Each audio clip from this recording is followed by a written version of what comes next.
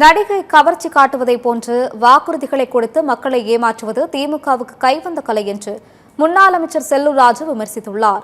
மதுரை வடக்கு மாசி வீதி உள்ளிட்ட பகுதிகளில் திண்ணை பிரச்சாரத்தில் ஈடுபட்ட செல்லூர் ராஜு பின்னர் செய்தியாளர்களை சந்தித்தார். அப்போது பேசிய அவர், திமுக அரசு கொடுத்த வாக்குறுதிகளில் எதையுமே நிறைவேற்றவில்லை. திமுக ஆட்சியால் மக்கள் துன்பத்திலும் துயரத்திலும் உள்ளனர் என்று கூறினார்.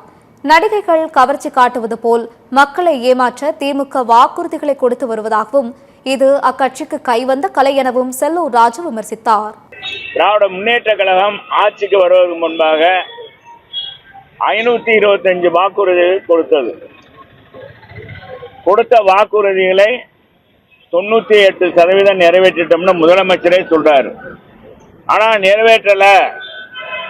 இன்னைக்கு மக்கள் ரொம்ப துன்பத்திலும் துயரத்திலும் இருக்காங்க என்பதை வெளிச்சம் போட்டு காமிக்கிறதுக்கு தான் திமுகவின் உருட்டுகளும் திருட்டுகளும் தலைப்பு.